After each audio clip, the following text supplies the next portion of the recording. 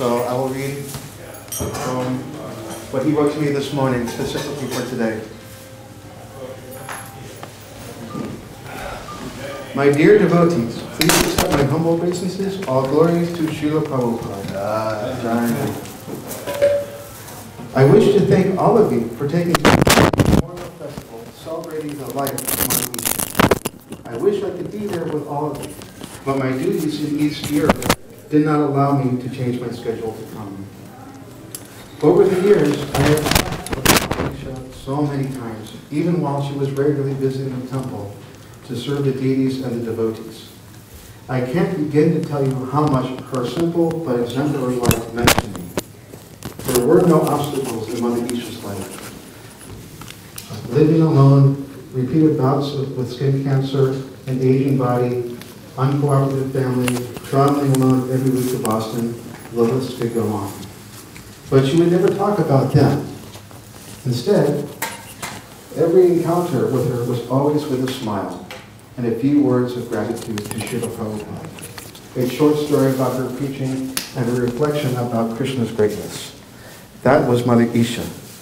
Her exemplary life is worthy to be glorified throughout the three worlds, and therefore I never had the least reservation to tell devotees about Mother Isha. She was a legend to the devotees in East Europe long before she became incapacitated by her stroke. After Mother Isha's stroke, I continued to speak about her, but instead of mentioning her in a class, as I would from time to time do, I gave several classes exclusively about her. These classes have been recorded, and if there's time, maybe some of the memories I shared with the devotees over here could be shared with all of you today. But then again, only if there's time. I would not want to risk losing the opportunity to hear what all of you have to say about Mother Isha today. Please be kind and don't let that happen. I suspect that I will shed a few tears while listening to your words about her. But I assure you that although they will be tears filled with lamentation of her loss, they will also be filled with so much joy.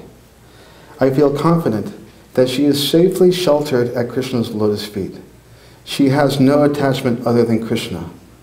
Why would Krishna not take her? Whenever Mother Isha would finish sharing her realizations with me about Srila Prabhupada and Krishna, there is one thing I would almost always say to her, which would elicit the usual facial expression she would display to make light of any glorification of anyone who would make of her. Probably many of you know that expression. Mother Isha, when you go back to Godhead, please don't forget me. I am sure there will be a long time before I will. Let us all remember Mother Isha today in that spirit. Fortunate are those who have known her, and fortunate are those who will hear about her today. Well-wisher Naranjana Swami.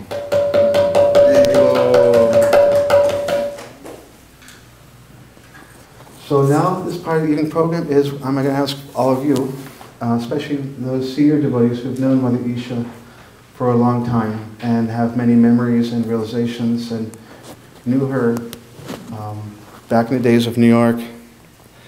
Put on here. To share your realizations, share your memories, enliven us. And even though you may have a chance to speak once, if you think of something during the course, don't feel embarrassed to come and speak some more. We want to bring out the nectar in everyone. So perhaps, I don't even know what order we should be going, but perhaps Pyari Prabhu?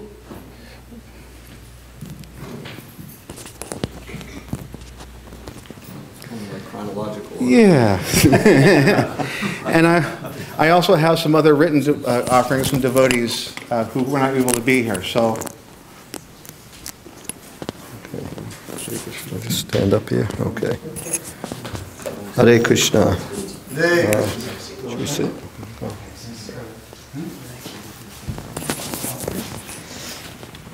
Nama Om Vishnu Padaya Krishna Prasthaya Bhutale Srimati Bhaktivedanta Swami Iti Namane Namaste Saraswati Deve Gauravani Pacharane Nivase Sasanivadi Paschachade Satarane. So was speaking about Mother Isha. I don't have so many different. What's the matter? Is that on? Is the mic on? I don't know if it's on. Oh, on here. I don't know. It's on. Just talking the fruit. Hare Krishna. Anyway, I moved. I'm not sure when Mother Isha started coming around, but I don't know if she was coming around before I moved into the temple or not. She was certainly not initiated when I knew her from the temple. She was married, and I remember her making the handkerchiefs for offering artis. She would make those handkerchiefs. She didn't live in the temple. She lived at home with her husband. Her husband I never met. He was not into Krishna consciousness. He was not liking her so much being into Krishna consciousness, but it didn't stop her. And I told her, well, not too long ago, I don't know how many years ago, not very long ago, but Daru had her brought here to the temple. And during the kirtan, I mean, she didn't, and during the kirtan, she chanted, she led the kirtan, and she chanted really nice. It was really nice. She didn't remember anything. Like Prabhupada says, you can forget everything, just remember Krishna. And she followed that instruction. And when she was here, when her husband passed away, she told me how she chanted in his ear. You know, so I mentioned to her when she came that time, and when Daru was the president here, I mentioned to her how I said, I remember when your husband passed away. And she said, I was married?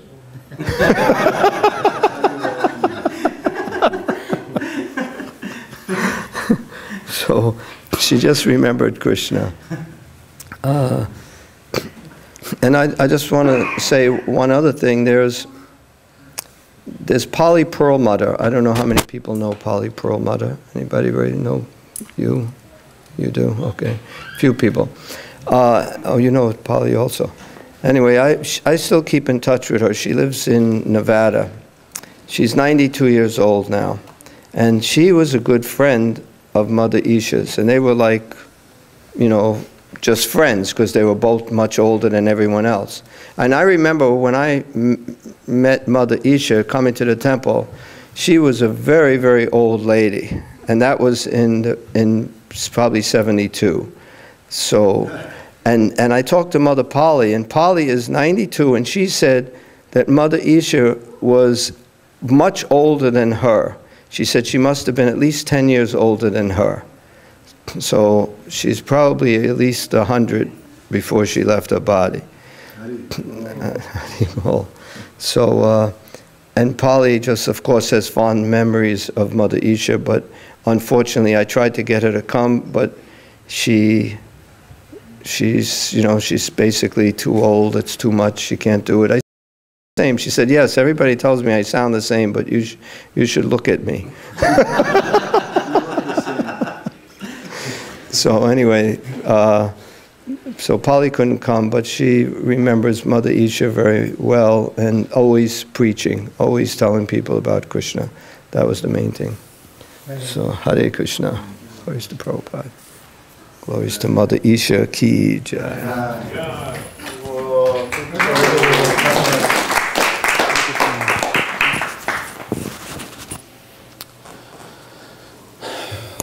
So the challenge for me tonight is that there's so many senior devotees that I can't, you know. So perhaps, Muktavanya, would you be? Yeah, I do. Thank you, Prabhu. Muktavanya Prabhu Ki Jai. Haribol. She gave presents to the devotees a lot of times. One thing she gave me, I don't know if you remember that bright orange hunter's hat. No, a hunter's cap, you know, with the big fur ear flaps, and at that time I was brahmachari, and she gave me that. Another issue that anybody can say, or that I can say, is that I mean she was Krishna conscious always. Okay, Hare Krishna. First time I met my was in 1977. That's what always used to happen. We were painting the building up like crazy. 5th floor and the 6th floor were the brahmacharis. 7th floor was the Matajis. And I think 8th floor was the grihastas. Anyway, so there I was up on a ladder in a pair of shorts, painting the walls. And all of a sudden I hear this, Haribol, Bhakta Dennis. And I look around, there's Mother Isha with the door open. Now the women aren't allowed on the 6th floor, but she just opened the door, looked up and said, Haribol, Bhakta Dennis. I go, Mama Isha, Haribol, because I was still a little bit of a hippie then. So then she goes, just remember, you're not that body. You're a spirit soul more brilliant than 10,000 suns. Such a pure soul, like has already been said. She never, ever, ever criticized anybody. Actually, there was one moment when I was the head pujari just like 8 or 9 years ago, and the offering was laid on the altar. She used to come at, I think she used to work in the kitchen with you and everybody. But in the later years, I think that was a little bit too much work for her. So she would come, take her scooter to the train station, park it, and then she'd take the train in and come in. And she'd always come to the pujari room to iron the gumshoes and to iron the handkerchiefs. So one time the offering was late, and she didn't say anything, but she looked really upset, and I was actually a little scared. Because when someone who's really sweet and quiet all of a sudden becomes angry, you go, whoa. So she came up to me and whispered in my ear, exact quote, because I had to really think about it. Said, you have to take care of Krishna nicely. You have to stairs. And she went, Damana, come here, I have a present for you. And I was like, oh, I thought Prabhupada hats or a bead bag, something like that. All of a sudden, she pulls out of her bag, she pulls out a lollipop. And she gives me a lollipop. And I go, would you like lollipops? I went, what do you mean? She goes, well, I saw you on the 6 o'clock news yesterday. Uh-oh. And what had happened was when we went to the Copley Theater, we went in, there was a movie camera with a reporter saying, what's your favorite part of the movie? So there. So she couldn't remember anything. I mean, they had to help her to, they had to teach her how to walk again, how to eat. She couldn't, she wasn't very mobile.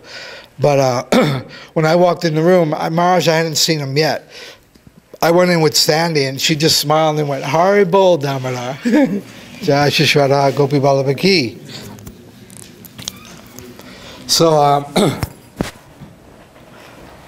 when I walked in, she just went, Haribol, Damara. And I looked at Sandy and I said, I thought you said she didn't remember anybody. She goes, well, she goes, and then Mother Isha says, she goes, I can't forget you, which made me feel really, really good. Then Maharaj came in, and we all met in the front lobby of the hospital. She had to go for some sort of therapy, physical therapy. When she came out later, she sat down. There was the 4 of us, Maharaj and Sandy and Mother Isha and myself. And the nurse came over and said, because it's good to ask questions when someone forgets their memory. Like if they have a stroke and they forget things, you have to always ask the same questions to try to make them think, to stir things up a little bit. So the nurse said, do you know where your home is? He says, where's your home? So Mother Isha just said, Vrindavan. Which I thought was really great. So the nurse, because I didn't remember what the nurse said, but I remember from the tape. Maharaj said that the nurse said, Chicago? Did she say Chicago? You know?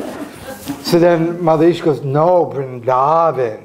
And then Maharaj said to me, it's Vrindavan, that's India, it's a holy place. So at that time I thought, well, if her memory's gone and she's forgotten so many things, the things that are most important she hasn't forgotten. She knew how to chant Hare Krishna, she knew Vrindavan, and she knew a couple of devotees. So it made me feel really, really like happy that she hadn't lost her real inner core. Because when it comes down to it, all the chanting we do, all the service we do, all the taking of prasadam, of taking darshan of the deities, all the preaching, all the harinam, all these things are for one purpose only. And that's to remember Krishna. I can't make it any simpler. Because that's exactly what Mother Isha would always do. When someone came into the temple room, like a new people, she would come in and she'd walk up and say, "Do you know who Krishna is?" And she'd give him a mantra card and say, "Can you chant this with me? Or can you sing this with me?" And she always had that one simple tune. Does anyone remember that tune? Actually, I think it's on that tape that you, it's pretty much, I think it's like, I'm going to get it wrong. It was Hare Krishna, Krishna Krishna, Hare Hare, Hare Rama. She'd always go up. Hare Rama, Rama Rama, Hare Hare. And she'd always do it with every person I've ever seen. She was like that in 1977, and she was like that in the early 80s when I saw her, and she was like that when I saw her when I was in Pujari before. She was always consistently Krishna conscious, and she was always consistently merciful, and she was always consistently loving and giving and compassionate and humble. And that's the Mother Isha I remember.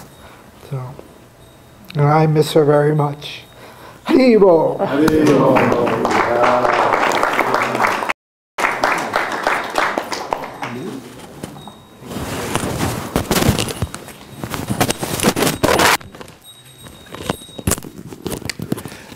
Hare Krishna. So I thought I would take a little segue and read the letter that Srila Prabhupada had written when he accepted Mother Isha as a disciple. And it is a very nice instruction here too, so it's very nice. So the temple president was Gopi Janavallabha Das.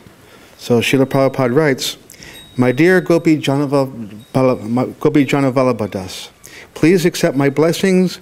I beg to acknowledge Kirtan. So, as I am doing, you must also do. Everyone can be a first-class speaker. Simply cram the purports of my books, and references are there. The philosophy is there. Everything is there. So if you do it, everyone will be pleased with your speaking. The names are Arvid Brown became Alankar Das. Joseph Conrad came Kundali Das. Edward Kelly became Adarshi Das. Richard Maslach became Rasatala Das. William Olivares became Viprahita Das. Glenn Coven became Gunabrit Das. Luis Martinez became Loka Sakshi Das. Andrea Martinez became Anta Patni Devi Dasi. And Inga Graves became Isha Devi Dasi. Haribo! Ki Jai! Srimati Isha Devi Dasi Ki Jai! Srila Prabhupada Ki Jai! So I had to go check on the cooking. So I don't know who spoke and who hasn't. Have you spoken? Prabhu, please, dear Prabhu, please. This is the nectar for which we're hankering. Dear Prabhu. So.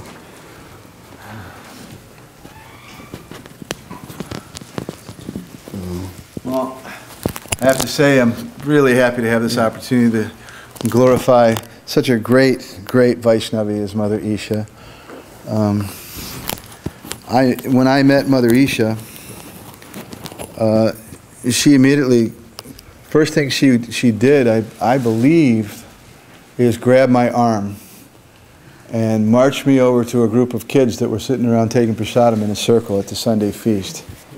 And she said, I tried to stop her from grabbing me. I said, Mother Isha, not right now, I've got to. She said, no, you have to come. And she was very strong. I couldn't get away. So devotees have noted that one thing with Mother Isha is you couldn't say no. So she told the kids, this is Dheera, and he's going to tell you all about Krishna. So there I was. I had to sit down and preach to the people. She always, when she would come to the temple, she was always immediately a complete busy bee in Krishna's service. She was in high gear. She would go run upstairs, take a shower, change into her sari, and then run down to the kitchen, usually with a satchel full of blueberries that she had traveled all over the state to go pick by herself in her 70s. And, you know, give them or cranberries. She would personally go into the cranberry bogs down on Cape Cod and give them to Madhava. So it took me a while to realize that this person is actually a pure devotee. Oh, yeah. We were talking about the Prabhupada hats.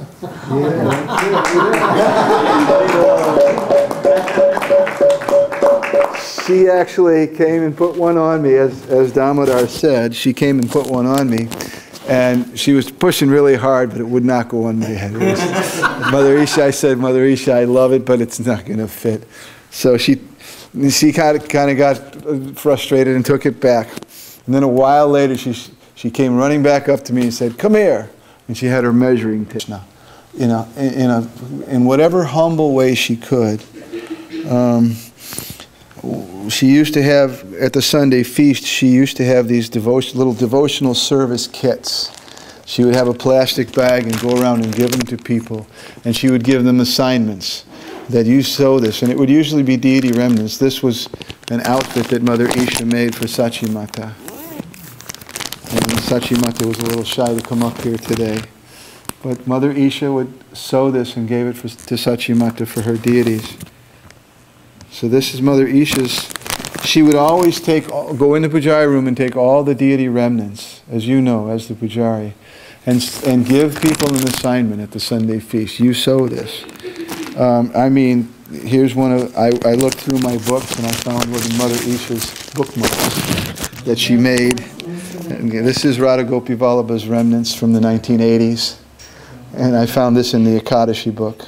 She used to get real heavy sometimes with me. You have nothing? I said, I don't have any remnants. Why not?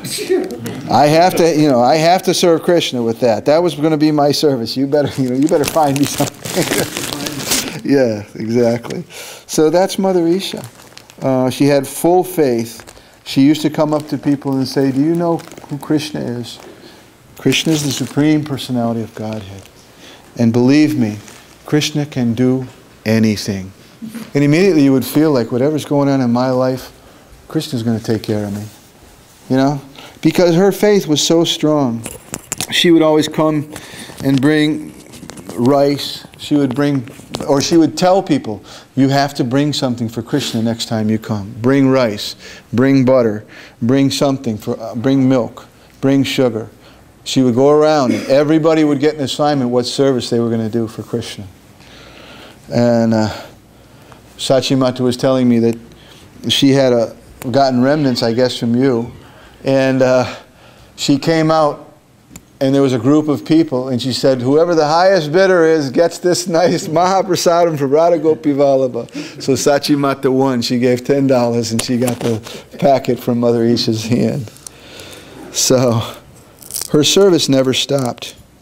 And, she would engage people in such a way with a big smile and with such hope in her heart. You really wanted to do what she asked you to do.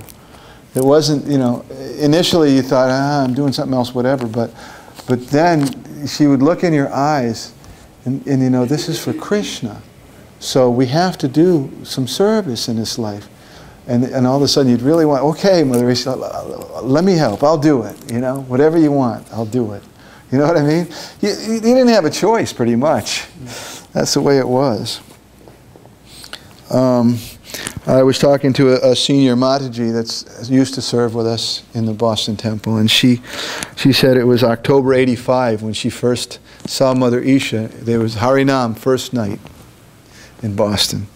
And Mother Isha grabbed her and just spun her around. And she hadn't joined yet. She didn't know anything about it.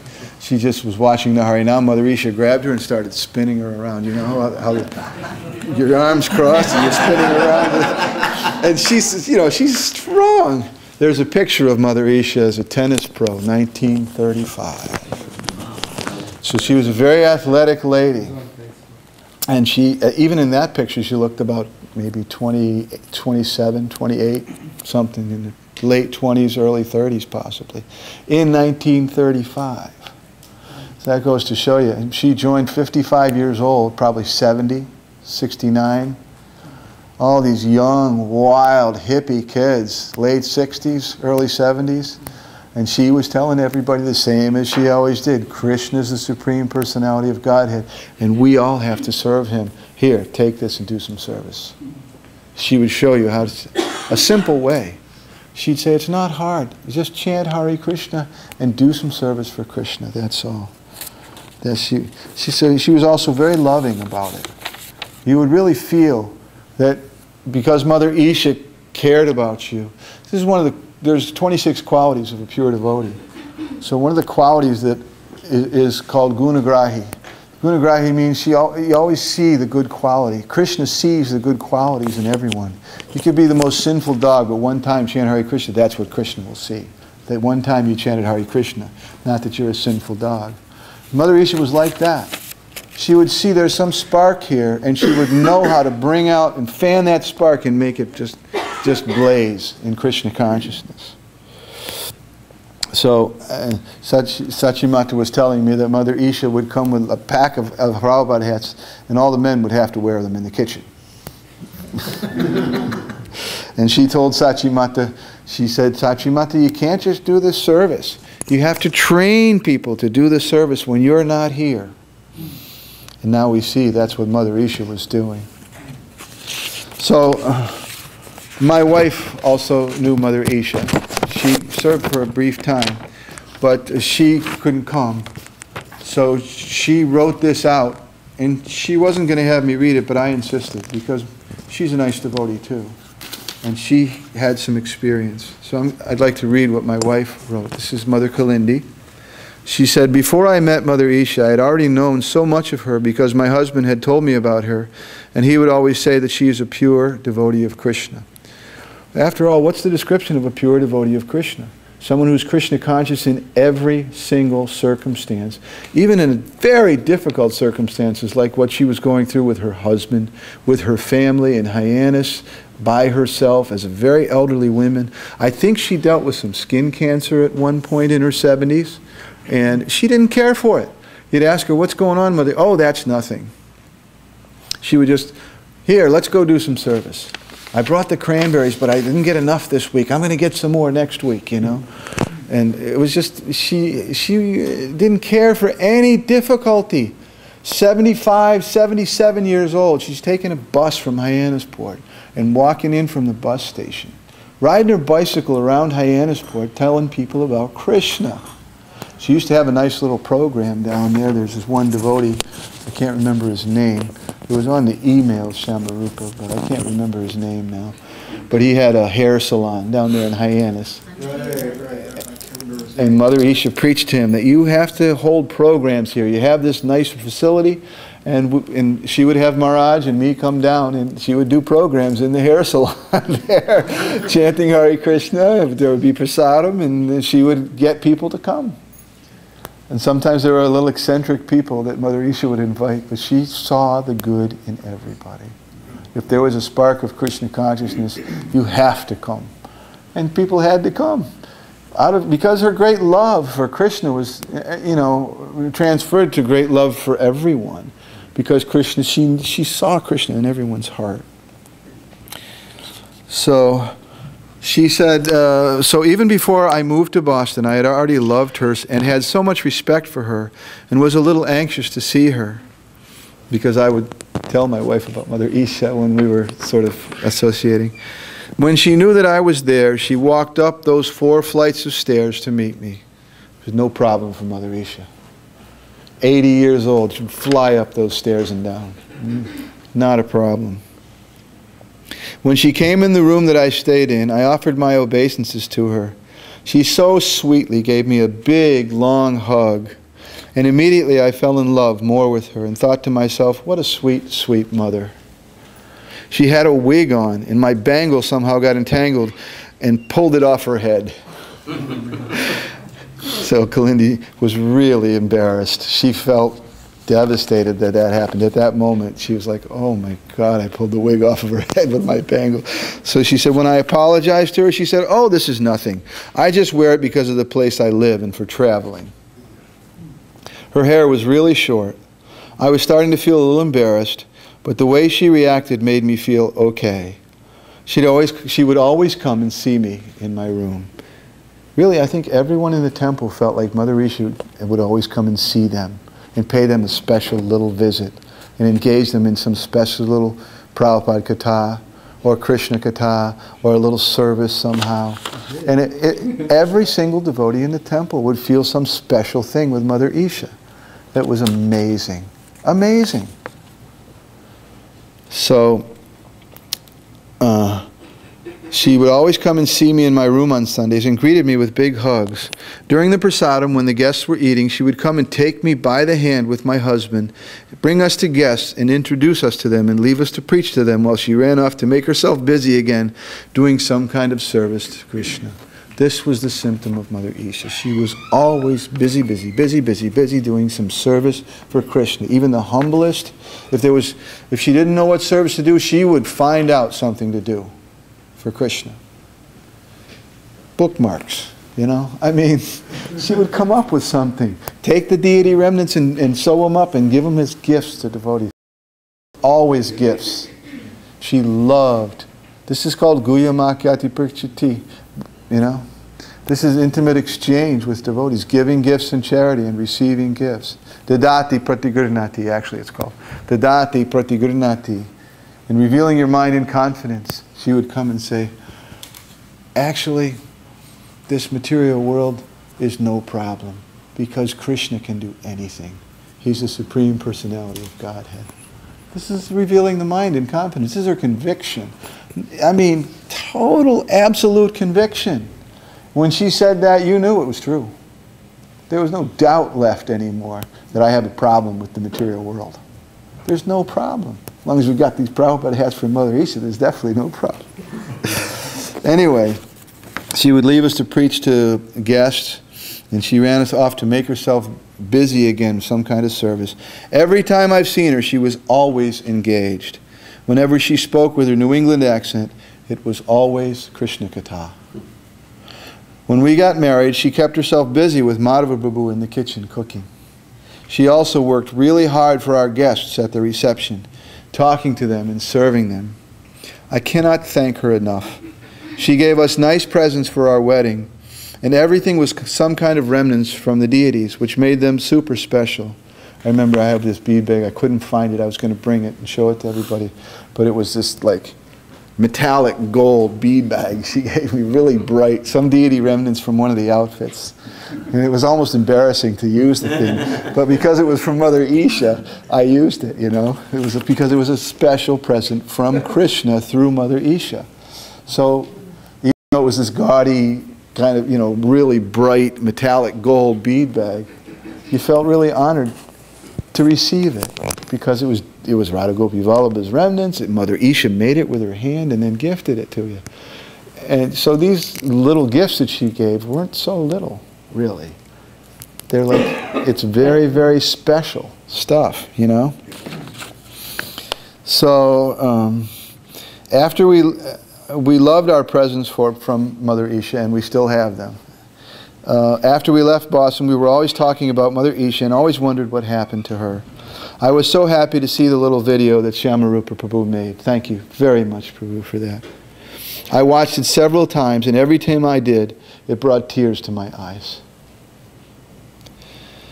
I was wishing so much that she was with devotees for the last days of her precious life here with us.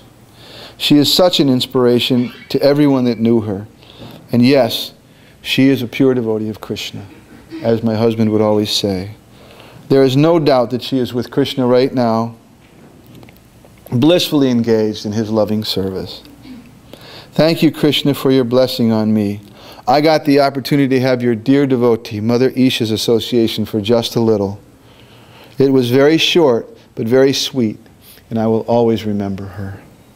I also remembered that she wasn't too happy when she heard that my husband was leaving Boston. She said to me that they are making a big mistake. She has such a loving heart for all the devotees. That was her kindness on us. Again, Gunagrahi. There's no good quality, but she sees something. At least he likes to chant, or whatever. So both my husband and myself felt that deep connection with her, and always kept her very close in our hearts these many years. It is very sad that you left us, Mother Isha, but I am happy you are with Krishna. You are one of Srila Prabhupada's most cherished disciples, and I'm sure you're with him too. How wonderful. You showed us how to achieve the perfection of life. Jai Mother Isha.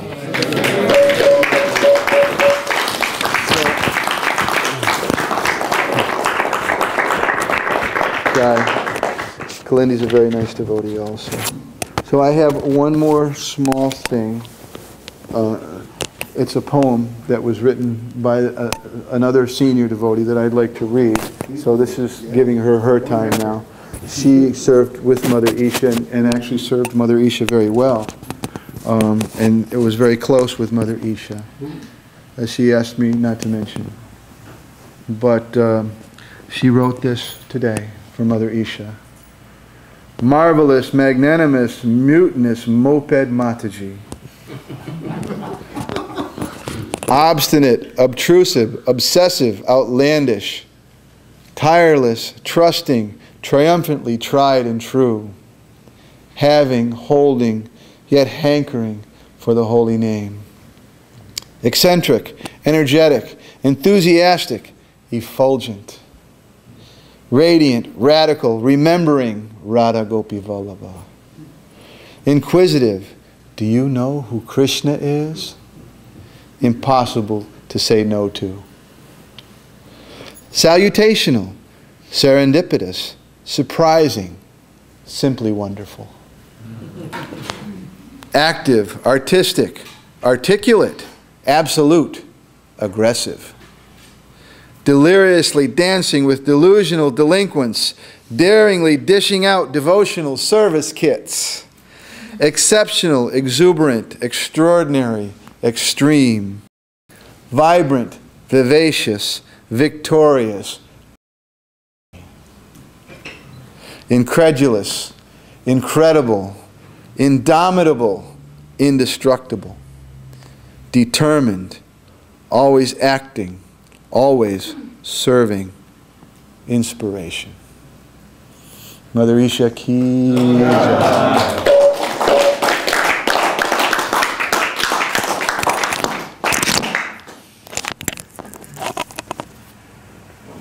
Thank you so much, dear Prabhu. So happy that you and so many devotees were able to make it up today and share your wonderful, wonderful. Thank you for honoring Mother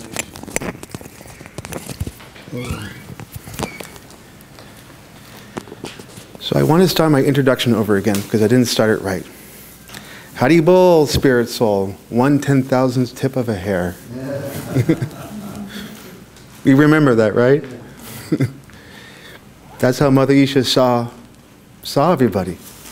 She saw him as spirit soul. She didn't see body. She didn't see anything other than the soul and the super soul. So that's one thing that just came to my mind. Who else hasn't spoken? Have you? Prabhu, come on. Madhava, have you spoken? No, Madhava. Madhava, you haven't spoken. Yeah, come on. All right. Okay. All right, Charya Babu. And again, thank you for coming, and everybody for making such. The pleasure was all mine. Hare Krishna. I'm really actually humbled hearing everyone's remembrances and appreciation because I have to be completely honest here. I actually didn't really appreciate Mother Isha when she was here during the time when I was also living in Boston. Actually, I hardly knew her at all my first maybe year or two in Boston when I was still doing traveling Sankirtan and collecting. So hardly even knew who she was until one time I came back from being on the road for a few weeks. At that time we were collecting money. And I walked in the door and Niranjana Swami looked at me and he said, "Acharya, you look like a ghost." And he understood from looking at me that I wasn't doing that well spiritually. So I said, "Oh, it's okay, Maharaj, I'll rest for a few days, do some reading and chanting, go back out." He said, "No, no, you're not going back out." And he recommended me for second initiation, and then I became Pujari under Damodar's training, and that's when I actually first met her and had some dealings with her. And like I said, I didn't really appreciate it. I was brahmachari then, or at least I was wearing some kind of orange color then. And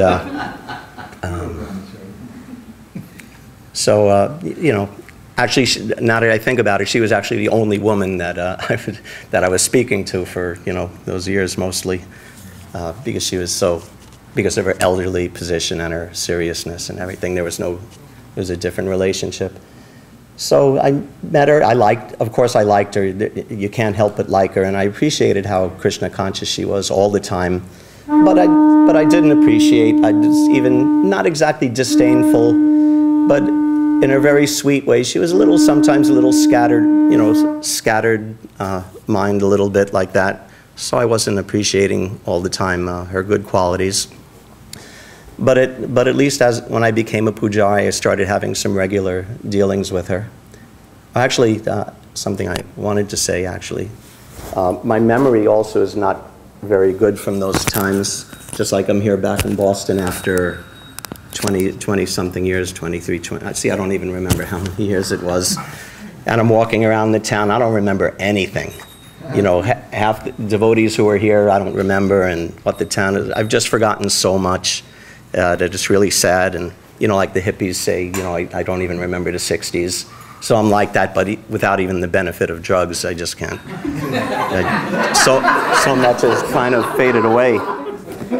So I can't even remember that much. And one thing I was thinking that, if I had realized, it actually wasn't until I heard that she had had her stroke and was hospitalized that I actually really kind of remembered her and started, thinking back to those years ago, how nice she was and how special she was.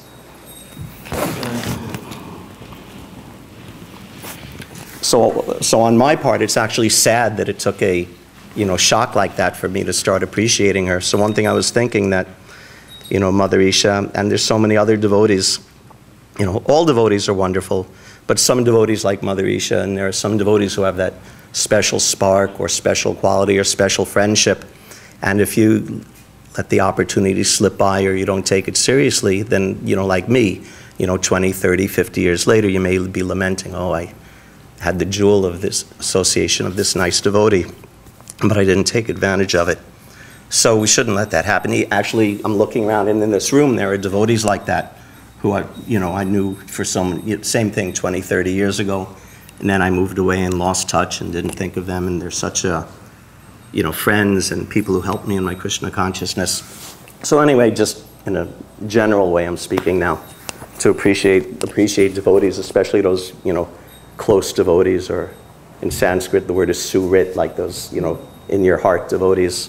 So we should, remember that, take advantage. Other than that, I don't have so much in the way of specific remembrances. Some of them were, I guess, a little humorous in a way.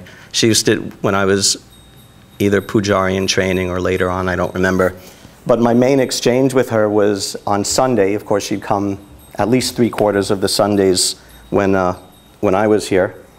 And I would do the Sunday feast artik, and then she would come up and take the trays from the evening offering and down and do the transfer. And I was always, wanted to get some fresh prasad. So I'd go down, I'd sort of hang out there and, make chit-chat with her while she's, I'd be there hanging out, leaning against the wall, and she'd be talking to me, preaching to me while she's doing the transfer. And, she used to tell me, at least once or twice a month, she would say, Acharya, make sure you stay brahmachari. Whatever you do, stay brahmachari. Your life will be so simple if you do that. Yeah. So it was at the time, I was brahmachari, and hearing it from a woman was a little odd, but once I got over the disconnect of, you know, a lady telling me that, you know, it was nice. I appreciated it, actually. To this day, sometimes when me and my wife have a fight, I told her, yeah, Mother Isha told me I should.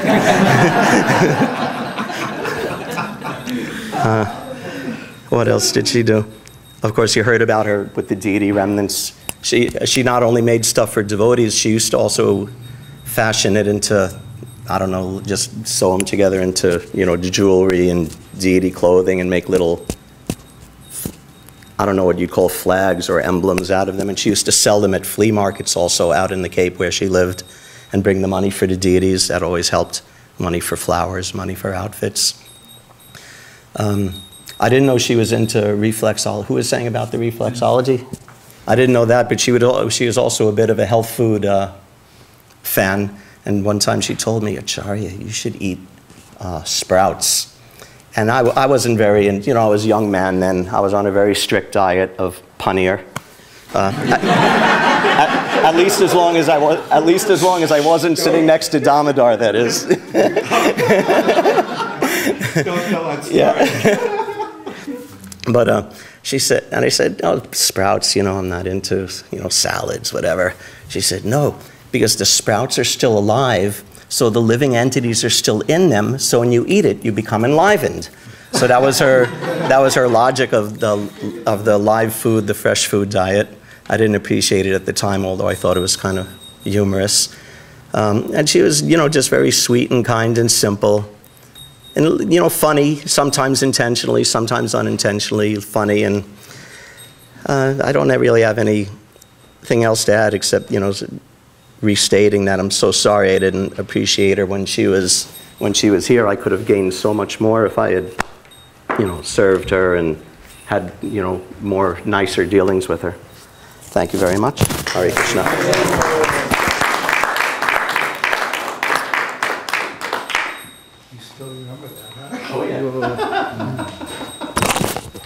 So thank you, Acharya Babu, and I think I'm sort of in the same category where I really liked Mother Isha.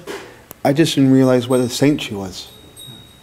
You know, what a pure devotee she was. Saint isn't appreciated in their hometown, they say. No, and it actually really took the persistent preaching of my Guru Maharaj, Naranjana Swami. And when I started to see through his eyes a little bit, you know, I hear him just speak constantly. And if you go over to Eastern Europe, to Russia, to the Ukraine, Mother Isha is known. She's really known. I think they're building like a temple for her over there or something. It's like they know Mother Isha because Naranjana Swami, he has that vision, he has that realization.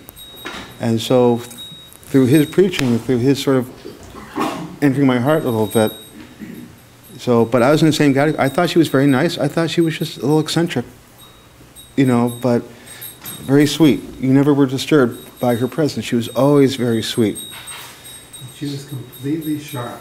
Yeah. I mean, she acted like, sometimes she was a little bit like, you think, is she all there, or she's a little bit spacey? Yeah. But actually she wasn't. No. Because if you actually called her on anything, she would turn around and would be like, whoa! And you'd go, uh-oh, look at her. And you knew she was. Yeah. She was completely dead on. Yeah. She knew exactly what she was saying, and she knew exactly the purpose of what she was saying. Any eccentricity she showed was a method that she used, and she knew she was using it to inject Krishna consciousness. Can I come up with a short memory? Yeah. I always remember the kind of general, and then when I saw that video on Dandavats, I wrote in and said, yeah, that's the Mother Isha I remember. She can do nothing but chant Hare Krishna. The specific thing I remember, I wasn't going to say it, but now that we understand everything now, it just seems natural to say it. We were in Hyannis, Cape Cod, and Naranjana Swami, we were down there doing a program. I'm going to go up there so that... Yeah, come on, see the Come see us. We were at a program. Wait a minute. Yeah, please, have a seat. Okay. Well, and just use both microphones. So we're at this program, okay? And this guy comes in. it's in the wintertime. He's got these big, huge boots on. And Mother Isha's like, do you want me to help you take those boots off? And the guy's like, yeah. And so she muckles a hold of this guy's, puts it right on her you know, she got it up under the heel and like this on her, you know, getting her all dirty and everything. Pulls this boot off, pulls the other one off. And I was just kind of sitting there, oh, what's going on? I kind of looked over at Narendra Swami laughed a little bit and said, Leela.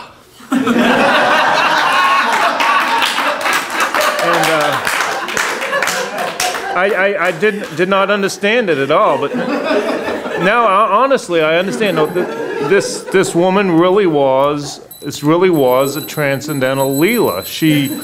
Because she was super humble, but she wasn't. It wasn't false humility because she could also be very heavy with people. Yeah, there was no show about it. Yeah, she could chastise you and she wasn't, you know, just humble. She was humble always, but it was always, if she had to be aggressive or chastise somebody and make people wear hats, she could do that, but she could also pull somebody's boots off and get like mud all over her. So that's just the one specific thing I remember, other than the general thing that she always could do nothing but speak of Krishna. And she definitely, you know, like you know, the mother. She was the kind of person, you met her, you liked her immediately, you knew this was a special person. You didn't, you know, you just understood.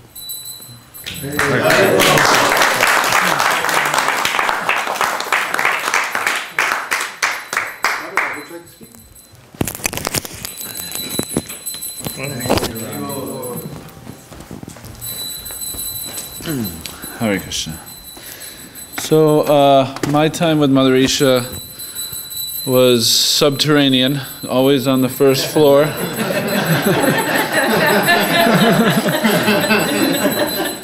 I would be the first one to see her because she would come from the bus station and she would come in the back alley and she would, yeah, she would knock on the door. You know, I'd see her face. Yeah, and she had her wig on, and so she'd come in. She'd peek in the kitchen.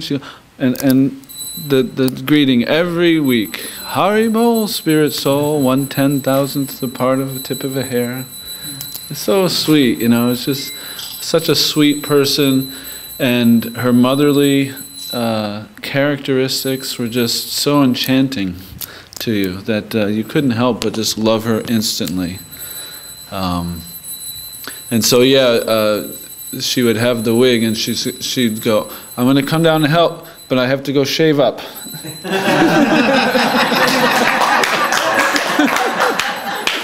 So she'd go upstairs and get her shower, and you know, she'd put on her sari and she'd come without the wig, and so she'd help. So she must have been, you know, she always would help in the kitchen, and it was such a wonderful, and sometimes it would just be me and her because, you know, lack of help or whatever. And you know, I was a young man at that time, and I was very passionate, I think. Very, you know, to cook a feast, you know, by yourself, it's like, you know, it takes a lot of energy. So she didn't like that too much, I could tell. And she would always remind me, you know, this is Radharani's kitchen. She had brought a picture of Radharani, and she would keep reminding us that this is Radharani's kitchen. It must be clean. It must be everything must be in a very good consciousness. And she would always, at least my memory, she would always say. Some of the other memories were there, but she would always say to me, "Are you remembering Krishna?" Not. And sometimes it would be other things like, "Tell me something about Krishna." But I always remember her saying, "Are you remembering Krishna?"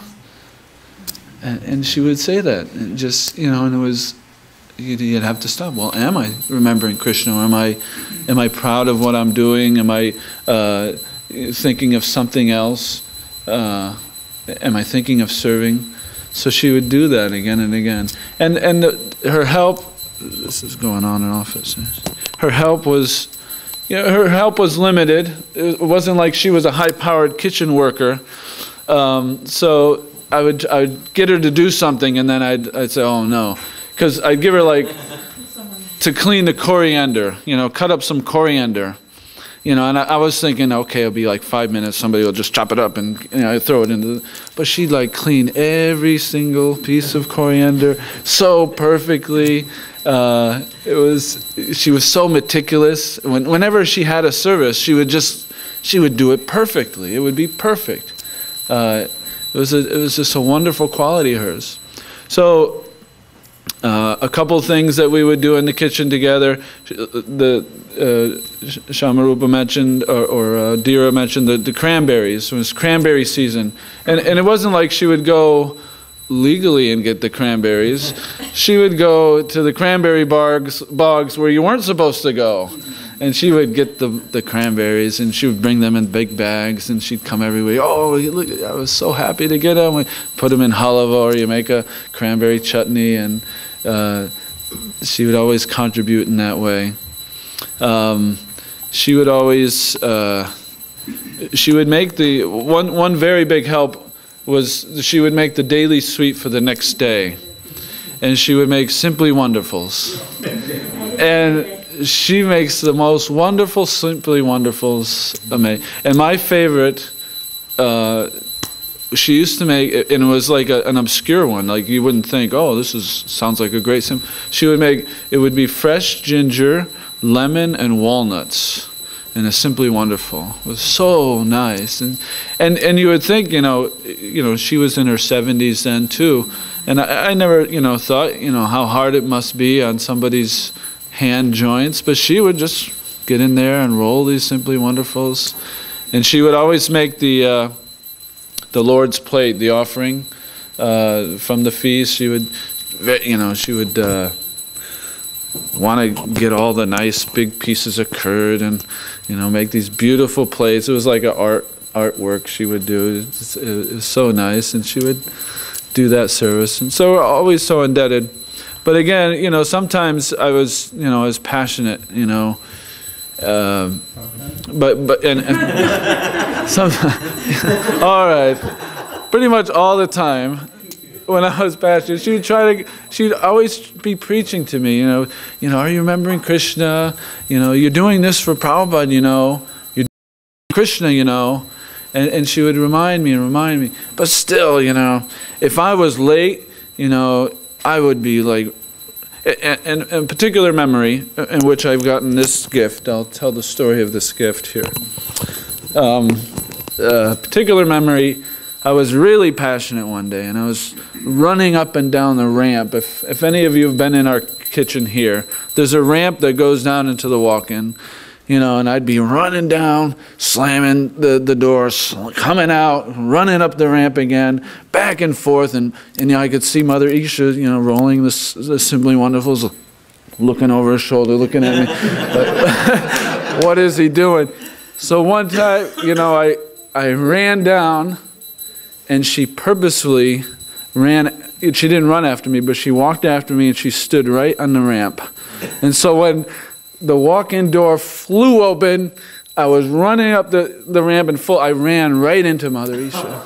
And then she goes, "Are you remembering Krishna?" And, I admitted, no, I wasn't, wasn't remembering. And then the next week, she brought me this gift. It's a verse on a bracelet she wrote in her handwriting. Atmaramas chamaneo nirgantya ukrame kurvanti ahoita kim bhaktim iti bhutam gunohari. And I'll read the translation, Prabhupada's translation, but then she would regularly test me on this verse. So Prabhupada's translation, and then I'll give you Mother Isha's translation. Prabhupada's translation is, all different varieties of Atmaramas, those who take pleasure in the Atma or spirit self, especially those established on the path of self-realization. Though freed from all kinds of material bondage, desire to render unalloyed devotional service unto the personality of Godhead. This means that the Lord possesses transcendental qualities and therefore can attract everyone, including liberated souls. So the way Mother Isha would describe this to me is that these Atmaramas that are being described here, who are these Atmaramas? And she would say, the followers of Srila Prabhupada, specifically, that we should be interested in. That we're followers of Srila Prabhupada. Our particular mood and drive and our understanding of devotional service should be this: to be freed from material bondage and to be desiring unalloyed devotional service. You want to do your service, and it's for Krishna. And she would drive that in. If you're a follower of Srila Prabhupada, this is your purpose, to be just focused on doing nice service for Krishna. Don't think of yourself. And so she would always, are you remembering Krishna? Are you doing that? Are you living up to what Prabhupada is expecting us to be as an Atmarama, or those who know the self? Because we say again and again, the science of self-realization. What is self-realization? This is the real self-realization, to know that we're spirit, soul, 1/10,000th the part of a tip of a hair, and that we're to render service to Krishna. That's who we are, and that's what she would constantly remind us of. So it was, so week after week, I wouldn't always wear this, and she'd say, "Where is that bracelet?" So I say, "Oh, I didn't want to get it dirty. I didn't want to get." No, you have to remember. You have to remember it. So that was very sweet. I also, for some of those you who may know my history, and coming to Krishna consciousness wasn't easy. I had to give up my family. My parents were not too favorable to my becoming a devotee. And so we would talk about this sometimes. We'd have a lot of time to talk just in the kitchen. Sometimes it wasn't so bad. Sometimes it was, just cooking things down. But and we would talk, and she would be concerned. Do you contact your parents? Do you? And I said, honestly, they're not interested. They're not favorable. It's always a very difficult thing. She said, well, that's all right. She said, I will be your mother. Very sweet, she said that. And when she first said it, I just said, yes, you're my Mataji, like all the Matajis in the temple. But then she grabbed my arm, she said, no, really. It was very touching. So that's most of my memories of her, and it could go on for a long time, but we'll let some other devotees speak. Thank you very much.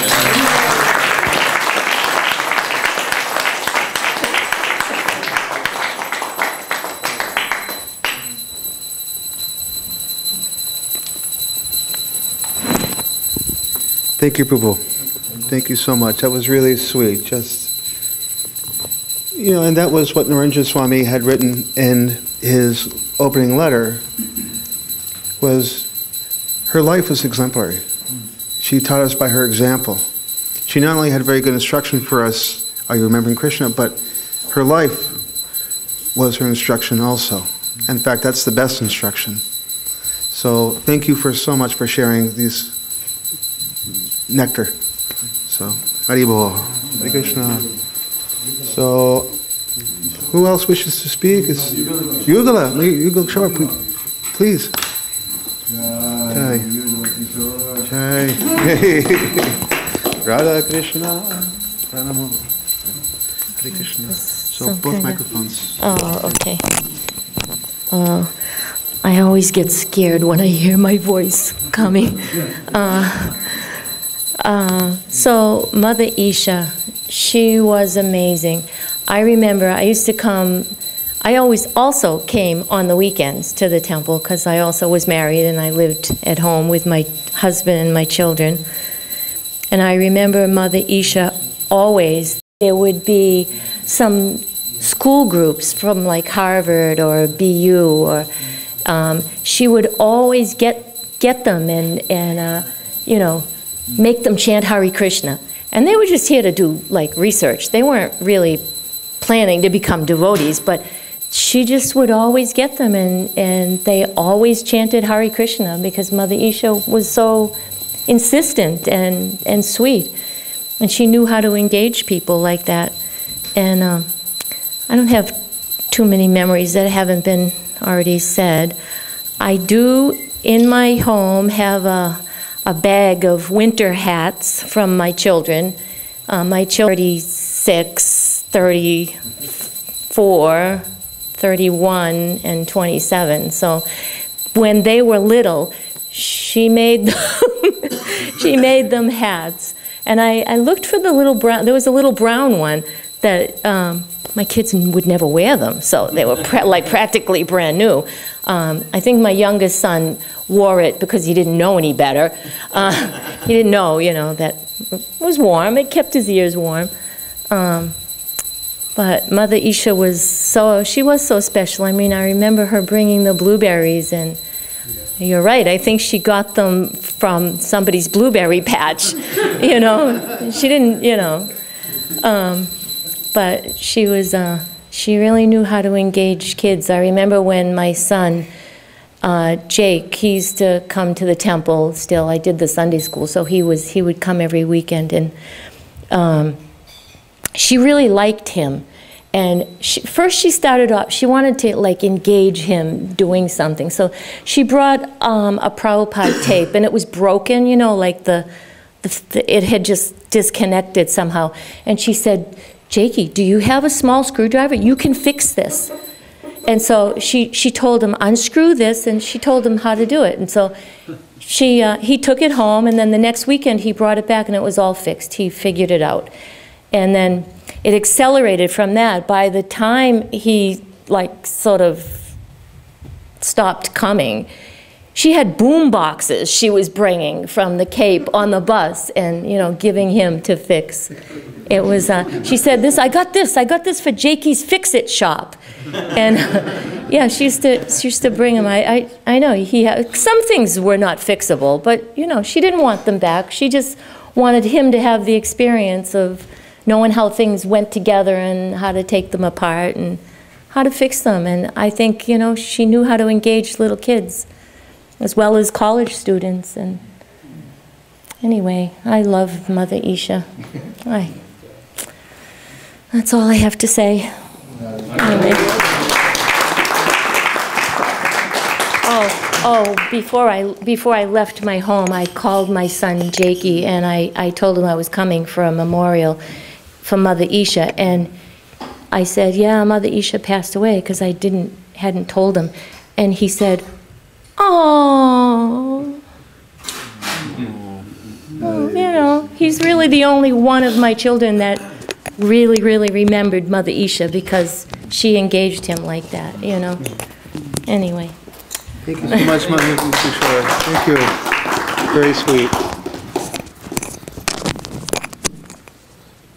So, maybe Premananda, would you like to? Yeah.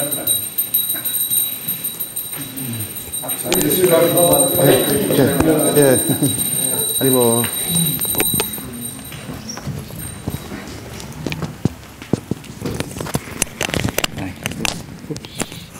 Both microphones. Both microphones.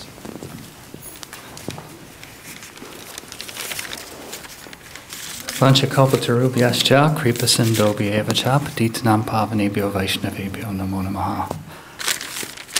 Wow. Prabhus, thank you so much. I didn't know what to expect when I came.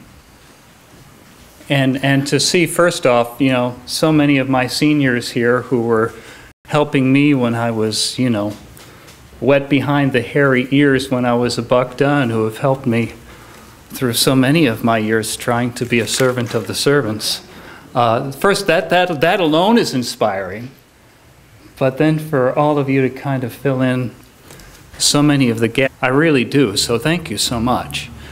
And I think that's important. That's a nice thing for all of us to think about is, you know, on our own, when we come across an exemplary personality, we each have our little piece from our relationship with that exemplary person, such as Mother Isha. And it's just like, Dira, was it you who said that, you know, she would go to every person, right? Go to every person and, you know, buttonhole us during a Sunday feast program. She did it with me so many times. Unfortunately, I don't remember. I remember her doing it. And I always remember the simplicity and the purity of what she had to say. And we've heard it already half a dozen times.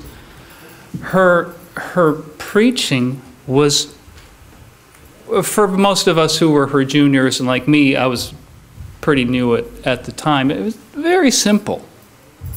Krishna is the Supreme Personality of Godhead. Connect with Him by chanting, and you reawaken your love of God, right? It's all right there. Everything is right there. And I think that's one of the beauties of a really advanced Vaishnava, is that the simplicity is communicated almost sometimes to the point of so simple that sometimes we don't appreciate the fullness of what that person is offering us. I know sometimes with Mother Isha, sometimes the eccentricity would sometimes kind of cloud my perception of how wonderful she was. I knew she was wonderful.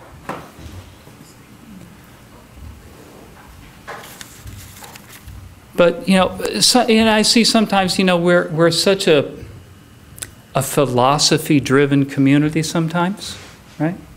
We accord a lot of respect to those who can speak about our teachings in an eloquent way. And that's appropriate. We're the sampradaya of the book, after all, right? But we're just as much, even if not more, a sampradaya of the heart.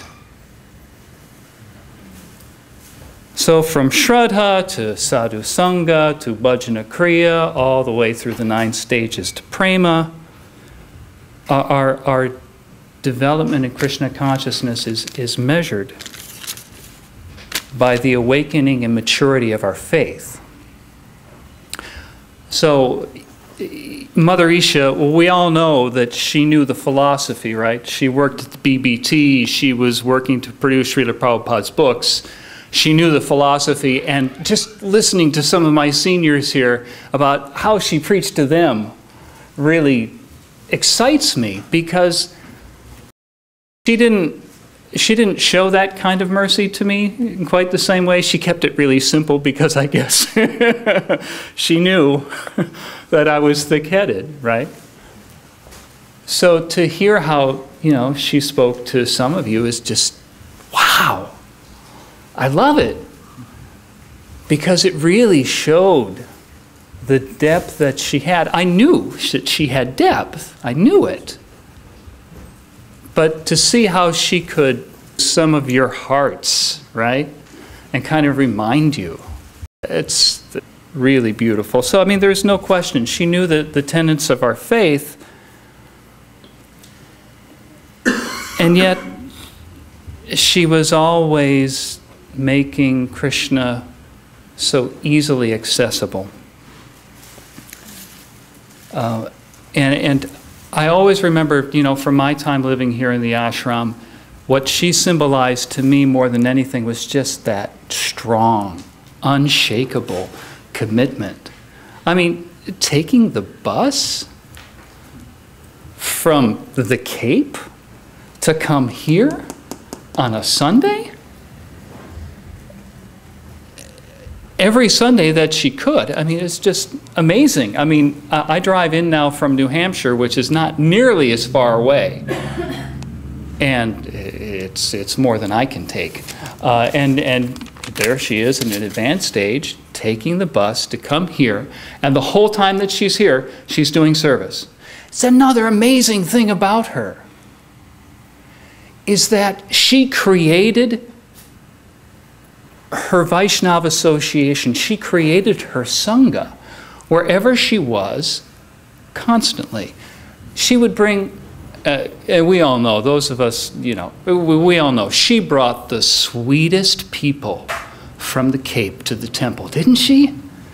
Just Sandy, so many of these others, just such sweet, sweet people she brought here.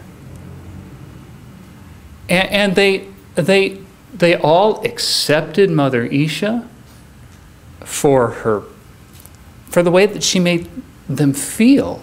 They felt loved and cared for, and they felt inspired by her. They were always such sweet people. She wasn't the kind of Vaishnavi or Vaishnava who is concerned about what kind of Sangha am I going to receive. She didn't seem to be so concerned about that. She just seemed to be the ultimate example of a senior. She was just concerned with what she could give. And that's the way she created her sadhu sangha. She was the sadhu, right? So it's really so inspiring to hear all of you with your recollections reminding me a little bit more. I even needed Shamarupa Prabhu to remind me of a memory that I'd reported to him a long time ago. And you told me about it, I guess, last week. So you all know what it's like, you know, for the Janmashtami and Vyasa Puja double header, right? It's, if you're living in the ashram in particular, or if you're taking time off from work to, you know, for those couple of days to come and serve at the temple and maybe stay overnight as Sham was doing, it's a blowout. It's a major amount of effort, and you're fasting, and by the time Janmashtami is over and the cleanup takes place, it's, you know, 3:30 in the morning or whatever, and time for Mangalartik, and some devotees manage to stay up for Mangalartik, and then it's lights out. So Vyasa Puja, you know, Srila Prabhupada's on his Vyasa Puja, his Guru Puja at 7 o'clock isn't always particularly well attended, because there's a program that's going to be starting shortly afterwards, and devotees are still trying to recover from Janmashtami and have enough wherewithal to perform the service for the kitchen service and the other service for Srila Prabhupada and his Vyasa Puja. So one year, and I don't remember the year, sorry, knock on wood. Was it Prabhupada Centennial? Yeah, I think so. Okay, so 1996 then. Okay. Big festival then, especially. Time for Guru Puja came, and there were two of us. Myself and Mother Isha. That's it. Nobody, I mean, everybody else is either busy serving on the altar, down in the kitchen, or trying to recover. So there's just the two of us, and I never felt comfortable doing worship. But, you know, I learned eventually how to do the Guru Puja. So it's just the two of us, so, okay, I decide I would rather I'd rather try to offer the arti than chant, especially with Mother Isha there. So Mother Isha sang to Srila Prabhupada for his Vyasa Puja. Yeah, very sweet. Very sweet. And of course, you know, just a little bit of that crackly voice that Damodar Prabhu was referring to. But very sweet, she clapped her hands, and I offered the arti, and I had the good fortune of being able to take her the ghee lamp and offer it to her and the water. And at that moment, I didn't appreciate how special it was. And it's only, you know, now, especially with the recollections of the other devotees here, that I'm starting to get a glimpse of just how blessed.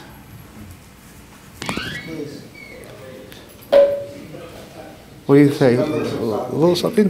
This is an important day, so you should put aside your shyness. Jai. Thank you so much. So there's 2 microphones just. Okay. First of all, I'd just like to say it's so good to see you and you and you and you and you and all of you. Oh my God, it's so wonderful to see you all. It's been a while. My fondest memory of Mother Isha, she took us under her wing. And she was like an angel that floated through this temple room during Kirtan with her arms up, just honoring Lord Chaitanya's Sankirtan movement. And I think that's the thing I remember the most, just observing her love for Krishna, her love for Krishna's devotees, and just bringing us all there under her wing and linking us one with the other. That today, it's like we never missed a beat. It's not been years that have passed since I've seen you, even though it has, but we feel that connection because of that love that she's shown all of us and brought us all together, one way or another, that we all have some kind of pastime with each other because of her or because of Prabhupada, of course. I was just grateful to have been here at that time. Thank you.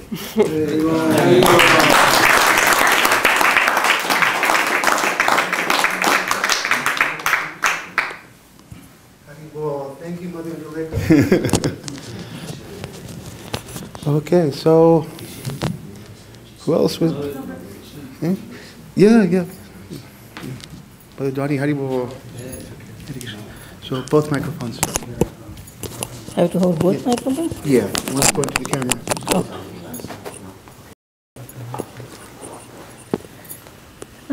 Thank you very much, seeing all these people. Very nice all of you came to honor Mother Isa. I would like to say that Mother Isa, just like Prabhupada's sweet, simply wonderful, she was also simply wonderful. She was simply wonderful. She also made us hat for Antaryami Prabhu. She gave me the Krishna from some remnants. She gave me for the deities to use in my altar. And she also made bookmarks using the Bhagavad Gita chapter where Krishna says, I am the sun. I am the Ganges among all rivers. So she was making bookmarks of those and she was telling me, do you know this? Krishna says this. I said, okay. And then she also gave us Srila Prabhupada's cassette. She will give us cassettes to listen, Prabhupada's lecture. Those days, there were no CDs, no iPhones, nothing. We were just using those CDs. So she was bringing every week and we'll take that home and bring it back and then she will give a new one. So that was really, she gave us so much mercy. And we are very grateful to see her. And we are very fortunate to come in association with her. Thank you very much.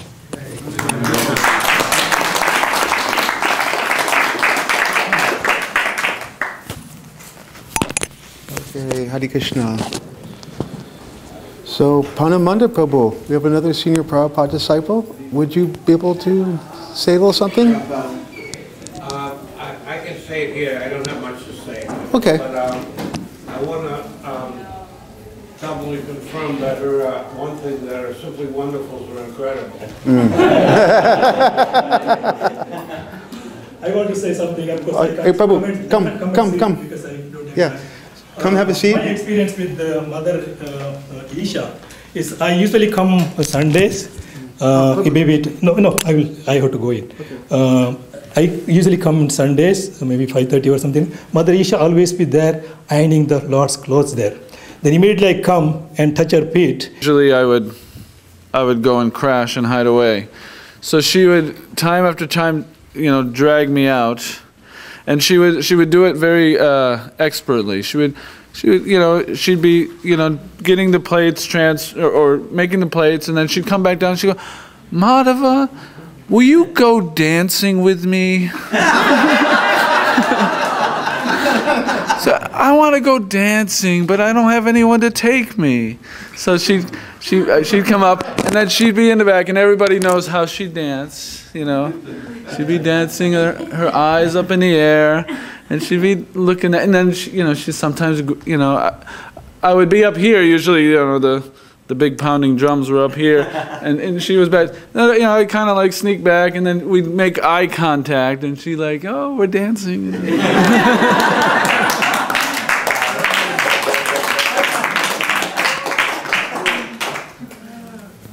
Salvador, you got more, right?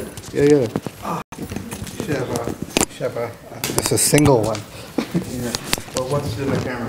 We're all old here. I can't get up and down anymore. Let's see. I remember this one when Madhava was talking about Mother Isha saying, I'll be your mommy. It was when I went away from Krishna consciousness for about 7 years, not proud of it, but when I came back, I moved into the temple, and Sadhu Sangananda was temple president. And I moved in on a Monday, so Mother Isha comes on Sundays. So I'd been here for about a week.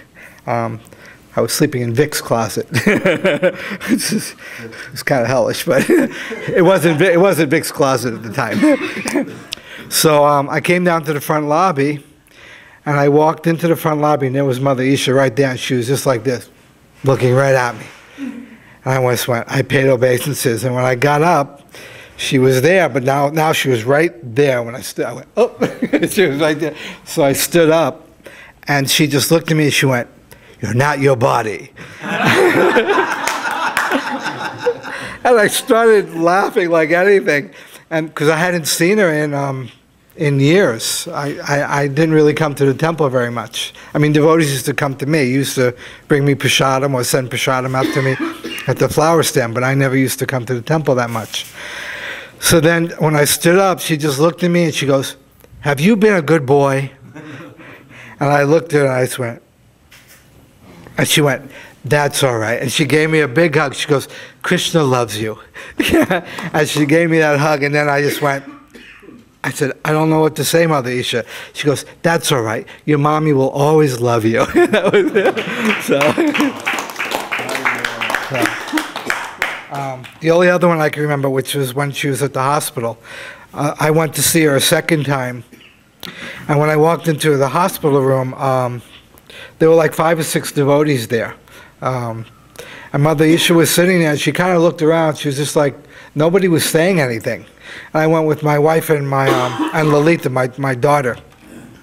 And when I walked in, she turned and looked at me. She goes, now there's a familiar smile. So then I walked over and I put Lalita on the bed where she was laying. She was in the bed. I put her next to her, and she just played with my daughter for like 20 minutes. And she ignored everybody. She ignored me. She just ignored everybody. And she kept grabbing Lali and saying, are you going to chant Hare Krishna? And Lali was just this little, like most babies are. They're all like that. And she just played with her for like 20 minutes. And all I can remember was, I'm not sure who the devotee was, when Prabhupada was sitting on the lawn, and he kept pulling at one, like a little baby. Was that a little boy or a girl? Or, and the baby would start crying, and he'd grab it. So she was doing like that to Lali. It was just, huh? It was Saraswati. Saraswati. So Mother Isha was just like pulling at her, but Lali wasn't daunted at all. She was just this big smile the whole time. But it was just sweet seeing the relationship. Is Krishna Lila here? No, he's not. Krisha used to be Krisha, but now it's Krishna Lila. He's down in the kitchen. Last thing that I could remember.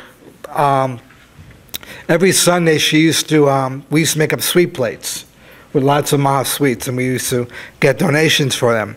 But I used to always make up a special plate of fruit prasadam, because she didn't like to eat the heavy prasadam from the 5:30 offering. So I'd always get a big plate of fruit. And sometimes Krisha would make the fruit plate and bring it up. And, but I would also give her milk sweets. And after about a month or so, she started saying, not the burpee, not the pear, just the sandesh. Because she really liked Krishna Lila sandesh. So that was, I remember, that was one of her favorite sweets, was sandesh. So, Hare Krishna.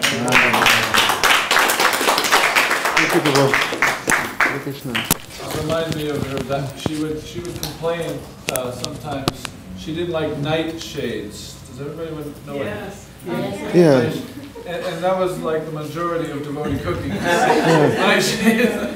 You know, potatoes, eggplant, tomatoes, pepper. So you go, are you cooking those nightshades again?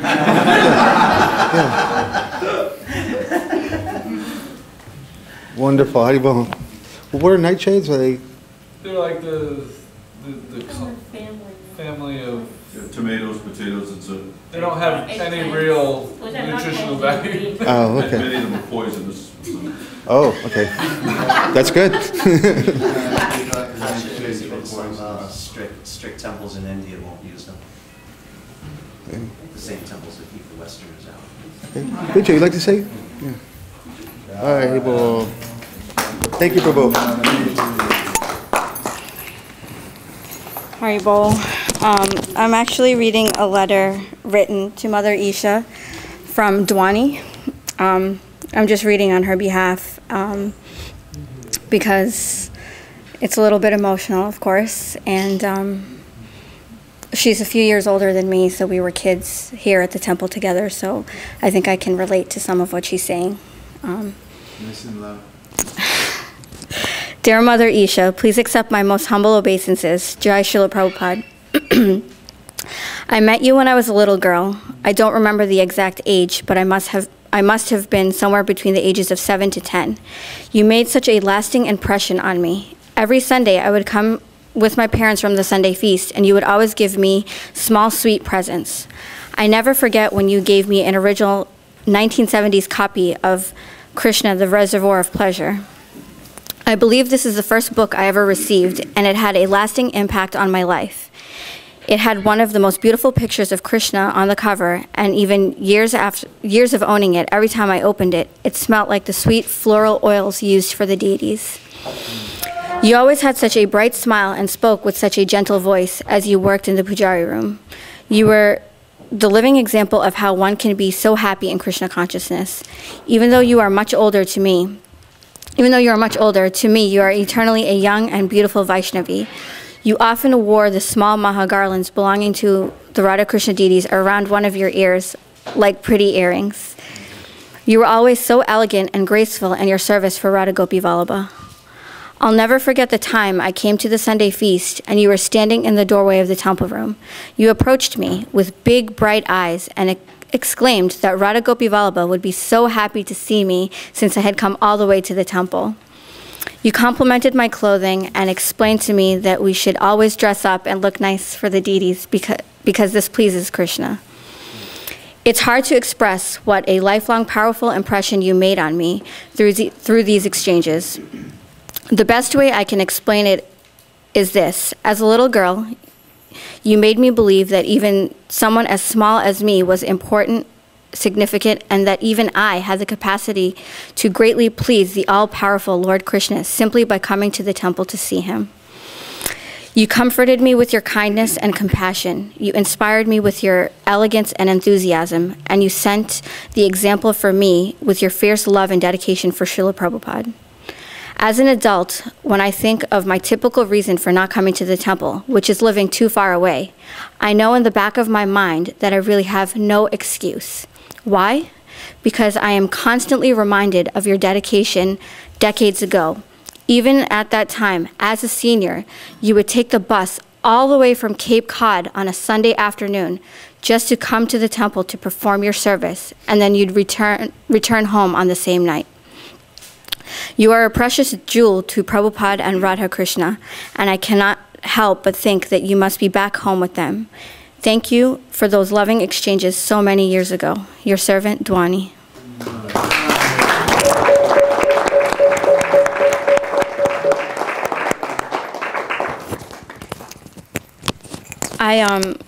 personally, I didn't have I was much younger, and I didn't have so much interaction with Mother Isha, but a lot of what Dwani said in this letter, it reflects how I feel. And I do remember knowing that Mother Isha trekked a long way to come to the temple. And I used to be at the temple early. My parents were cooking the Sunday feast. This is, of course, after Madhava left. And I would come early to the temple with my parents, and I would be bored and looking for something to occupy myself with. And I remember being on the 4th floor one day, and Mother Isha came up the stairs in her trench coat and one of those plastic things that old ladies wear when it's raining over her head. Yeah. So she's wearing that, it's pouring rain outside, and, she takes off the wig, everybody mentions the wig, gets showered and gets changed into her white sari, but that always stands out in my mind, to see how she came so far and in treacherous conditions to take darshan and serve Radha Gopi Vallabha and their deities, and it's very inspiring to me as a member of this congregation, and I think she has set an excellent example for us to try and follow, and I truly appreciate that. And the only other thing that I really remember is also another time being up on the 4th floor. She was showing me some of the things that she made for the deities, or for the deity plates, like the coverings for the deity plates when they're coming from the basement to the pujari room, and pot holders, I think, as well. So, she's always engaged in Krishna consciousness and service to the Lord. So it's, again, just inspiring, and, I'm happy to have her as an inspiration. Haribol.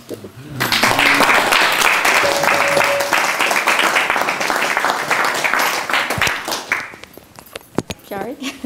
I just want to know if there's anyone else. Sureshwar? Oh. Haribol. Thanks. Take both of them.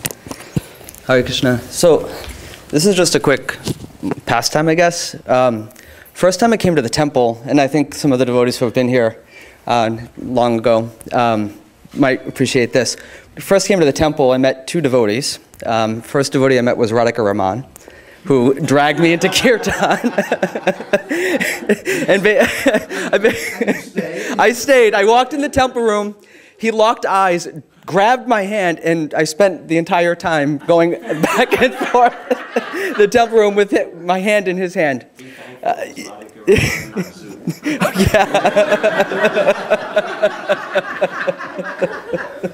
So at the time we were coming, we were teenagers, we were coming to the temple, and we were forbidden to come to the temple. We weren't allowed to come at all from our parents. So we would sneak to the temple on Sundays. And we'd have stories, we'd go visit this person, go to visit this person, go to visit this person. And that's when we started coming to the temple. The first time we came to the temple, we didn't know what we were walking into quite, just that a friend of ours had been here, but never on a Sunday. So when we came in, it was really something else. But started at 6 o'clock, and we all had high school the next day. So we all had to leave, really, within probably an hour, hour and a half of coming. So we got through kirtan, and then we had to leave, but we hadn't had prasadam yet. And when the devotees found out that we hadn't had prasadam, it was like the world was over. So we were ushered into the kitchen, and we met Mother Isha. And at this time, the offering hadn't been put on the altar yet, but Mother Isha looked at us, and she made us plates of boga. And she asked, first thing she asked, and now that everyone's saying it, I can hear her voice, do you know who Krishna is? And we said, yes, we know who Krishna is. She goes, well, this is going to be offered to Krishna. You can't eat it until a certain time. Do you promise me that you won't eat it until a certain time? And we said, of course we promise. It was really our first time at the temple. So absolutely, definitely.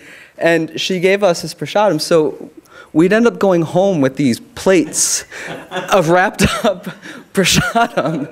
And we weren't allowed to be at the temple, so we'd show up, and my mother at the time where did you get this plate? And suspecting that we were going to the temple, where did you get this plate of food? Oh, we went to a restaurant and these were the leftovers. And so every time we came, and it was like 3 times Mother Isha did that for us. And every time, do you know who Krishna is? And made us promise every time that we wouldn't take it until after it had been offered to the deities. So today I called my mother. And my mother is much more favorable now than she was back then. And I said, do you remember those plates that I used to bring home on Sundays from the temple? She said, yes, I do. And she knew. I said, well, I just wanted to let you know that the woman who packed those plates for us left her body. Oh, really? I said, yeah. And so we talked, but it was really that motherly disregard for the rules and regulations that it really touched my heart. And it really wasn't until later that I realized what bending of the rules that was. But I also realized maybe why that was important that she did that, because it meant so much, because you went home and you had no devotee association, but that Sunday night or that Monday morning or when you got home from school and you had the leftovers, you could like microwave it. And it was prasadam from the temple. And those were the days that you were really proud, because living by yourself away from devotees like that, sometimes we could get 2 or 3 days out of those plates. And those were like really powerful days when you're like, you report to your devotee friends, I had prasadam for 3 days in a row. It was amazing. And that said, the blueberry yogurt was incredible. The blueberry yogurt and blueberry sweet rice that, and I never knew until now that those blueberries may have came from somebody else. But I'll tell you, someone mentioned it, and you could just taste it, those blueberries, and definitely a real summer treat when Mother Isha would bring those to the temple. So, okay, Hare Krishna. Thank you.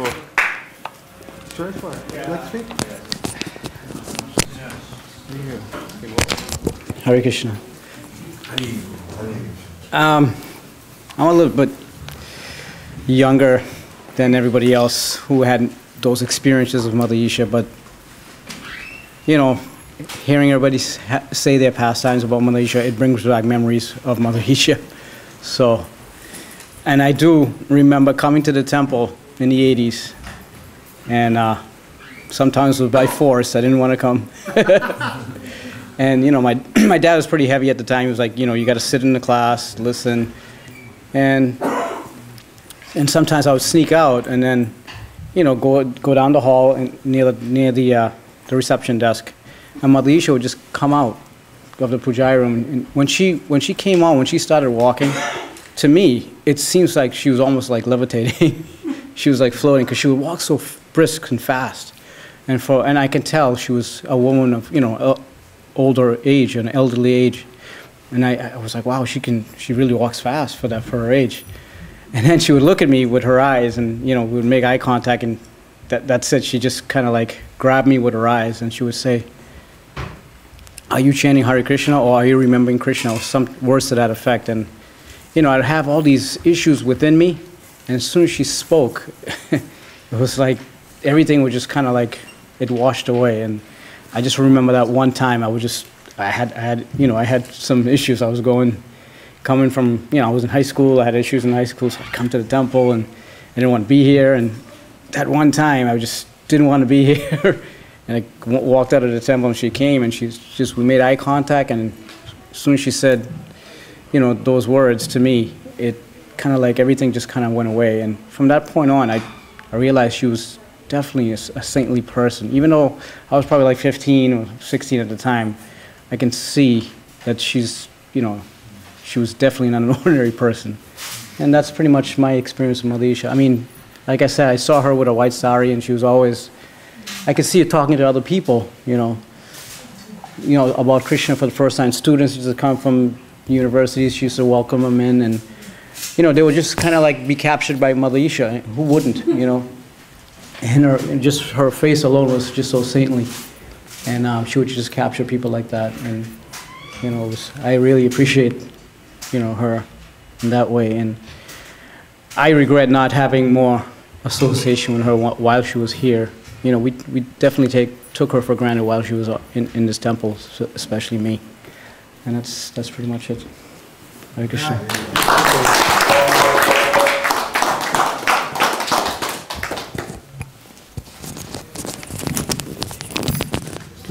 How old was Mother Isha? Because I was trying to figure out how old she was. She was like in the 80s? No, actually, in the 1980s, like the yeah. probably towards the end of the 80s. Yeah. She told me that she was making plans to go to Vrindavan, Mhm. to live the last of her life in Vrindavan. But then she couldn't because she had to take care of her younger brother and sister, Mhm. who were in their 80s. So, Yeah. how old was she? do- And I'm thinking she was in her 80s when my son Jake was 10. And he's 31. Yeah. When So how old was she? when last September, when we were down in the nursing home to visit, it was Narendra Swami, it was Chaitya Guru, and myself. And I believe Narendra Swami checked with the nurses there, and I think she was 95 at that time. So, yeah, that was, well, I'll share my little experience with her this past few months, if I may. So, every time Narendra Swami would come to town, he'd always ask, what about Mother Isha? And for a lot of us, she dropped off the radar, and we didn't know. And especially since her stroke, he was very keen to make sure he visited her. So his last September, when he was here, he was like, I want to go visit Mother Isha. And I happened to have that week off from work, so we went down. And we thought, for some reason, it would be a good idea to go in the morning. Not a good idea, because she wasn't really awake. I mean, she was pretty much drifting off to sleep at that time. And, you would say Krishna and she would repeat it to you, but she didn't seem to be all that clear. And something just didn't seem right. And, it was kind of a little disheartening, and we were leaving. And one of the nurses who was there, and she wasn't even a nurse, I think she was like an activities director. She was helping people get onto a bus, and she sees Narendra Swami wearing saffron robes and shaved up, and she walks over and she goes, who are you here to see? He's like, he said, Edith Graves. And she goes, I thought so. I love that woman. She is my favorite person here of all time. She is just always so happy. She's always just, she isn't saying much, but Mother Isha always had this wonderful look on her face. And she was just making eye contact with people and engaging with people, at least visually. And she goes, and she loves to sing. Every week we have a singing program. Someone comes and plays music, and she loves to sing her patriotic songs, but she loves to sing that song. And Narendra Swami just lit up. And he goes, really? And he goes, yeah, she's always talking about Krishna. And she's always singing about Krishna. That's, and he said, that's the Mother Isha I know. And he was just so happy.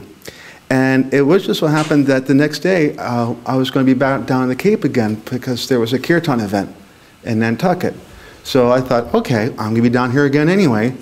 So I brought down a video camera. And while we were there, not only was this nurse saying this, but all of a sudden all these other patients start coming over in like their wheelchairs. And they're going, oh, are you talking about Edith? I love Edith. She is so nice. And I tell you, to be in the presence of her, chanting like that, it's Hare Krishna, just so clear that I didn't mind being in this place that I otherwise would stay far away from. Because in her presence, you really felt the potency of the holy name, and her purity. That it really just, I was there for like 3 or 4 hours that time. And I would go back on occasion, until my car died. My car was probably old as Mother Isha. But I at least tried to get down as often as I could, and I would make phone calls. And also, Radha Grace and I would both make phone calls to find out, because we weren't allowed to get on the calling list. It was only her appointed guardian and her niece, I think, were people. So that's how I actually found out that she, I won't say she left her body because, you know, one day I'll leave my body. She entered Mahasamadhi, for certain. I'd have no doubt that this personality was so fixed on Krishna that there is no scientific or logical reason why she would remember Hare Krishna so clear, because everything else she did not remember.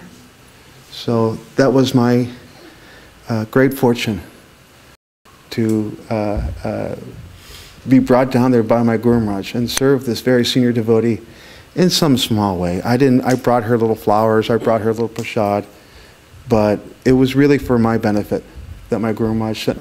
There's not a lot prepared, but you know, maybe a little something. Hare Krishna. Thank you again, everybody, for coming and sharing your realizations and giving us so much inspiration. Haribol.